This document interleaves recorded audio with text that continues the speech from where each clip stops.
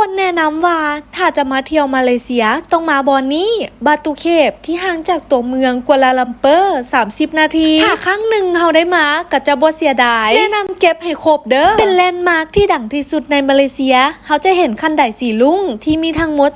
272คันย่างมาทางหน้าจะเห็นหูปั้นขนาดใหญ่ของพระขันกุมารสีทองสูงถึง40 เมตรอยู่นี่จะมีห้านอาหารทานค้าอย่างหลายแห่งแล้วก็มีคาเฟ่น้ำอันนี้จะเป็นกระแพงวัดด้วยทุกคนที่เป็นรูปแบบของศิลปะฮินดูทั้งงามและกันยาวไปถึงทางขึ้นคันไดถ้าไปขึ้นคันไดบ่ไหวก็สามารถเลาะลิ่นอยู่ลุมได้เนาะแต่ว่าเขาจะลองขึ้นไปเถอะที่เขาขึ้นไปก็จะมีพวกลิงไม่อย่างหลายๆเนาะเขาต้องระวังพวกกระเป๋าหรือว่าเป็นตาหรือว่าหมวกอย่างต่างๆเนาะป้าเดี๋ยวขึ้นไปเบิ่งเลยก่อนจะสตาร์ทเขากลับมาถ่ายเซลฟี่อยู่ทางหน้าก่อนอะเริ่มขึ้นมาทำอิฐก็เห็นคันไดที่แบบมันสูงสันแหงระหว่างทางที่เขาขึ้นก็จะมีลิงหลายแหงแล้วก็ให้ระวังพวกของกินหรือว่าตุกน้ำเนาะเพราะว่าลิงมันจะญาติเอาจนหลายคนที่มามักจะขอเรื่องความประสบผลสำเร็จขอลูกขอให้สุขภาพแข็งแรงซึ่งเขาลองมาขอพรกับบ่เสียหายขึ้นมาทางเทิงเพื่อนก็จะมีกฎของเพิ่นเนาะทุกคนแล้วก็มีห้านขายพวกของฝากอากาศเย็นๆเหลี่ยวมาก็ไม่เห็นไกลอยู่คอกนี่และก็ย่างประจบเนาะทุกคนมันยังมีขั้นแดดขึ้นมา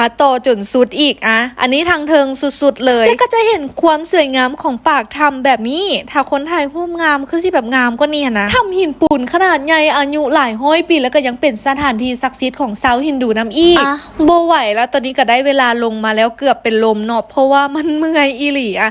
ทางลุมมีหลายบริการแห่งทั้งถ่ายรูปถ้าผู้ใดถ่ายรูปแล้วก็สามารถมาจ่ายเงินเอาอยู่นี่ได้และส่วนนี้จะเป็นพวกศูนย์อาหารคาเฟ่อย่างต่างๆเนาะคือกว้างแล้วก็มีบอนให้ไปหลายแห่งนี่คือความสวยงามของบอนนี้เด้อทุกคนบาตูเคปดีใจแห่งที่มีโอกาสได้มา